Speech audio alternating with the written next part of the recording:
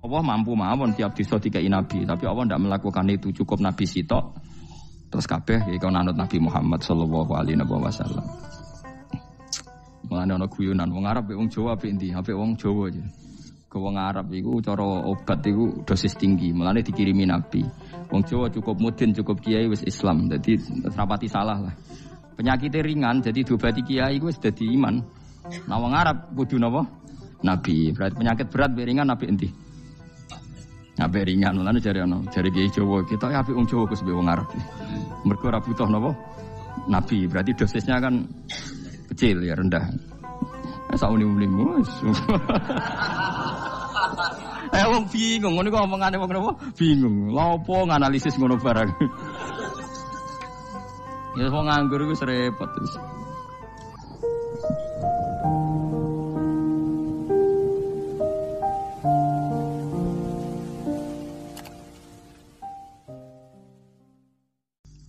Soale batik wong Yogya, wah batik nasional, berarti wong batik wong Indonesia, anak batik ra wong Indonesia.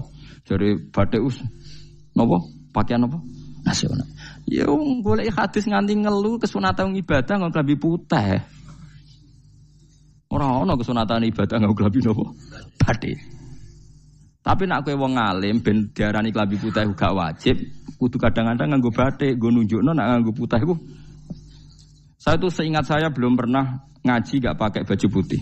Karena pikiranku sederhana, sering ditanya, Gus kowe wong alim ora tau joban. Nah joban koyo wong Arab. Nak batik kesane kok ora sunah Rasul seneng putih, setengah-tengah nganggo hem putih wis sunah Rasul tapi tetep Indonesia. Wis tak pikir nonton. Lah rugen ra mikir nganggo batik. Tapi itu tadi saya masih husnudzon. Jika jadi tren nganggo klambi hem putih dianggap wajib, harus ada yang pakai batik untuk menunjukkan kalau ndak wajib. Lah mungkin dia termasuk begitu melok.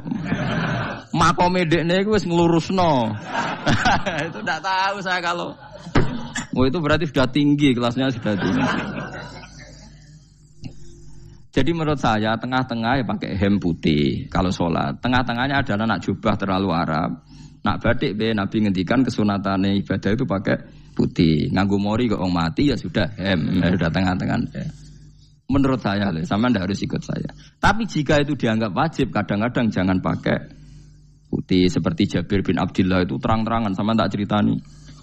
Dulu ketika Jabir bin Abdullah sahabat yang terkenal itu Jabir itu termasuk minas sabiqin al-awwalin itu. Jabir itu sholat di masjid itu bajunya dicopot. Terus sarongan itu dicancang di gulu. Kayak wong kuno-kuno. Sarongan sitok dicancang di gulu. Bawa baju diletakkan di sokol-sokol masjid. Setelah itu orang tabi'in melihat dia secara sinis. Tabi'in itu generasi setelah sahabat. Marah-marah ketika dimaki, masa engkau sahabatnya Nabi sholat bisa bin wahid. Pakai baju satu dicancang bisa. Terus Jabir mulai cerita. Kamu jangan bilang pakai serban itu sunat. Kamu jangan bilang pakai jubah sunat. Bagaimanapun menjadi sunat karena kamu punya. Sehingga kamu bilang sunat karena kamu punya. Dulu kita zaman Rasulullah masih hidup. Kita semua itu tidak punya baju. Punyanya satu. Sehingga Nabi tidak berani mensunatkan pakai baju dua. Kesunatan serban. Karena kita hanya punya pakai baju satu. Kita harus mikir bagaimanapun di antara kesunatan itu karena kita mampu. Setelah tidak mampu tidak ada sunat. Terus Jabir mulai marah-marah termasuk yang diceritakan. Kalau kamu bungkus orang mati gimana? Ya tak bungkus utuh sampai sikil bedasi raketok. Ya kan ya, nah ini yang mati dibungkus sempurna tuh. Nanti kok pepes itu ya dibungkus terus bariku lagi dibuka raine ya. Ya Mus. Sing mudin-mudin rai ya. Terus Jabir cerita. Cara kowe wajib ta ora jare Jabir? Nggih wajib. Ya wajib mergo iso. Terus dia cerita, dulu Sayyid Hamzah, dulu bapak saya Abdullah, Jabir bin Abdullah. Itu saking enggak adanya baju. Itu nak ditutup sirai mbek sarong, mboten kafan. Iku ketok sikile. Nak ditutup sikile ketok sirai. Akhirnya do matur Kanjeng Nabi kon nutupi sirah waj'al ala rijlihi shay'an min idkhirin. Akhirnya sing sikile ditutup suket. Saking gak anane baju. Kowe saiki Islam wis jaya kecangkeman sithik-sithik muni sunat wis dimaki-maki mbek Jabir. Wis meneng jare. Terus terakhir ngendikan ngene, Aku nglakoni iki liyaronil ahmak misluk. Pancen tak jarak aku salat ngene iki bento-bento kowe ben roh. Nak dhisik sejarah Islam ngene iki aja. Liyaroni al ahmak misluk. Ahmak ku bento sing level tinggi, medium ngono. Itu ulama betul ya begitu. Saiki wong Islam jog tuku kurma gampang, sithik-sithik buka kurma, sunah Rasul mergo nganggo kurma. Ya perkarane ke kelar tuku, zaman kene Gunung Kidul melarat nganggo apa? Aneh-aneh iku. Makanya di fikih jelas, nek iso kurma, nek iso asal manis, nek iso asal gak nyolong titik wis. Kok cek repote hukum. Bagaimanapun kowe kecangkeman muni sunan mergo mampu. Zaman kira mampu orang muni ngono padahal hukum iku dhisik-dhisik. Hukum itu baru apa sudah kemarin-kemarin? Wis menengae. Kula ge sering, ngger kula kan kiai, nggerbut poso sering sowan kathah. Kadang sing sowan luwih mlete timbang kula. Gus kurma Gus, nggo apa? Nggih sunat Gus. Ah sunah mbahmu pangan kowe. Oh kiai mbok warai ra sopan. Aku nak buka aku degan. Aneh-aneh ya. Namun di sunah dia ora usah kecangkeman. Lagi buka kurma pirang tahun, lebih kali tahun Gus. Umur piro? 40 Gus. 38 tahun gak nggo sunah lagi 2 tahun gegere gak karuan. Biasa saja. Dulu Nabi itu ya biasa. Nabi kalau zaman ngendikan yang ngeper sampai 4 kali. Kalau gak mampu ini, kalau gak mampu ini. Nabi kalau ngendikan ya gitu sampai diulang-ulang. Karena Nabi tahu tidak semua umatnya gampang mendapatkan itu. Misalnya kafaroh puasa 2 bulan nuntut. Kalau tidak bisa ngasih makan orang miskin sekian. Kalau tidak bisa gini sampai habis. Kulo ma'rufin sedekah, kalau tidak bisa ya Rasulullah firsana satin, sampai ludus gak usah sikit tamrotin. Kalau gak bisa fabi kalimatin thayyibah, cangkem sing apik. Nek ra iso sementing aja merengut. Terakhir walau bitol qatin apa? Wajin. Itu lama mewarisi sekian kebaikan yang diajarkan Nabi, tidak terus dipatenkan satu ngel-ngel wong akeh. Kuwi apa ngekek kurma khutbah bareng sumber. Wes pangan dhewe entekno. Ya ana sing sabar. Wes kula tobat Gus mun mboten ngomong-ngomong ngono.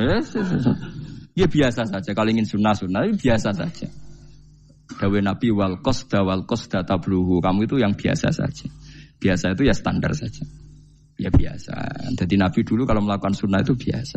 Sunnatun sanaha Rasulullah sallallahu alaihi wasallam. Ini sunnah yang dilakukan Nabi. Tapi di luar yang azimah. Azimah itu yang wajib atau fardhu ain itu sahabat biasa.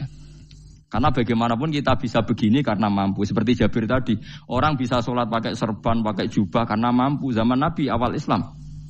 Sama lihat Bilal, ada nak belodor gitu tuh. Sama lihat film Umar atau film-film Bilal. Itu memang nyata dulu itu la yajidu ahaduna illa thawban wahidan. Tidak ada yang kecuali punya baju apa. Sama dulu film-film, mulai versi seneng kitab sampai versi film itu sama. Bilal nak adzan ya blodor, ora adzan di blodor gak sopan. Oh memang ya duwene klambi mok sitok iku. Adlok ceritane Sa'labah bersolat salam langsung melayu. Berkali-kali yang bersalam melayu. Jebule apa kita kayak ya salah bang bersolat orang witir melayu kenapa saja takoki ya Rasulullah takoki Nabi salah bah kata sahabat-sahabat kowe nak salat bar mulai langsung melayu ya Rasulullah kami kula namung setunggal istri saya di rumah aja utuh itu saking tidak adanya baju. Nah saiki nang sunatno kon ya begitu. Makanya ketika Sayyidina Umar idza ausa Allah fa ausiu. Nanti kalau sudah jembar ya jembar. Nak lagi ruwet ya ruwet. Ya sudah biasa saja. Paham ya? Jadi kalau suwun misalnya malah yudraku kullu, la yudraku napa kullu. Kalau tidak bisa semua jangan sama sekali. Jadi misalnya kita tidak bisa jubahan, tidak bisa serbanan mergo ora wong Arab. Supaya saya ndak keriting jubahan kok tonggo ya guyu. Paham ya? Aneh ngono. Kemudian nek ora kaji kok jubahan malah digugat wong akeh. Ya sudah pakai hem putih saja. Yang penting dua semangat sunnah putihnya misalnya. Ya tengah-tengah gitu. Tapi kalau kira-kira dianggap wajib ya kan ganti badik kayak Ruhin itu. Itu makomnya sudah itu tadi sudah tinggi sekali.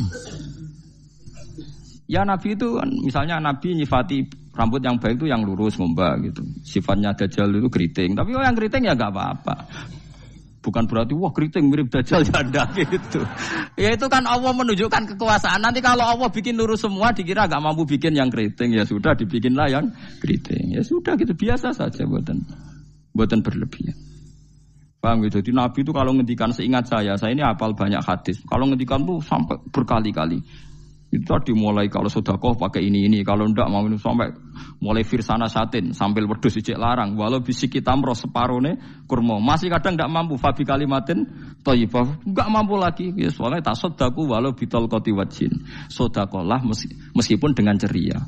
Itu sirinya kenapa saya ngaji guyon. Karena paling enggak ceria itu happy. Coba kalau saya ngaji merengut, menang terus ketok nyesal. Terus sing ngaji kan mikir, Gus bak kurang apa? Kita ngaji ku ono sing kurang. Oh, terus sing kedonya nafsir wah paling kurang sangune. Wah jadi repot. Mulane kula ngeten wis tak pikir, memang sampun tak pikir napa. Guyon kula mek sampean nangis mbon ndi ganjaran akeh ndi. Mergo guyon kula bi ilmen nangis sampean mikir utang. Jadi terakhir sedekah talqati wajhin, wajah yang ceria, yang happy. Kowe iki happy kan yo seneng, paling gak mikir nasibe kan. Kiai iku happy benes. Jajal misale kiai kok rogen sumpeng. Maca kukar-kukur, bariku angop. Bariku kukur-kukur meneh. Kan wong mikir. Wae tanggale bayar opo piye kredite. Waduh. Apa wayahe ditarik sepeda motor kan orang terus menafsirkan macam-macam. Sing elek sing wong alim mulai nafsiri paling tertipe ra iso. Wah, paling elek. Ya nek wong alim kan ana ukur-ukur mesti nek sing suudon kan paling macane bingung terkipe ngono. Ya macam-macam lah sesuai asumsi napa. Jadi kula suwun lah sama nek dadi kiai nek ra iso sedekah macamnya terakhir ceria. Mergo Nabi ngendikane terakhir tasaddaku walau bitol qati wajhin. Bersedekahlah meskipun dengan keceriaan napa muka atau wajah. Namun kalau itu Nabi diulang-ulang. Jadi kalau ngendikan tuh diulang-ulang. Sekarang tuh orang mau mendorong sunnah Rasul itu satu. Ya berat bagi yang nggak bisa melakukan itu apa? Yang nggak bisa melakukan itu apa? Berat. Jadi dibacalah hadis itu dibaca utuh. Ya bukan kita apa ya sekolah kepingine kabeh umat Nabi itu happy. Mergo selama itu tidak maksiat berarti anut ajaran Kanjeng Nabi Muhammad sallallahu alaihi wasallam. Ma khuyira Rasulullah baina amrayni ilakhtara aisarohuma malam yakun isman. Rasulullah itu tidak pernah disuruh milih dua hal yang berbeda kecuali milih yang paling gampang. Asal itu tidak barang dosa. Itu hadis muttafaq alaih. Ma khuyira Rasulullah baina amrayni ilakhtara napa aisarohuma malam yakun napa isman. Jadi Nabi itu tidak disuruh milih dua hal, mesti milih yang paling gampang asal tidak nopo dosa. Makanya Nabi kalau ditanya ya Rasulullah sampean nanti tawaf pakai unta apa ndak? Kesel ndi? Nggih kesel melaku, ya naik unta saja. Makanya Nabi kalau tawaf dulu pakai apa? Unta. Saiki mulane Arab Saudi PG MRT mergo dhisik Nabi unta terus saiki nganggo napa? Kereta lingkar. Sekarang baru diperdebatkan. Cek kurang ajar itu sebenarnya no tamu spesial, misalnya pejabat negara sebenarnya tawaf numpak kereta muter. Diarani rasa dhisik Nabi numpak unta, diarani sacik kurang ajar ning dhuwur.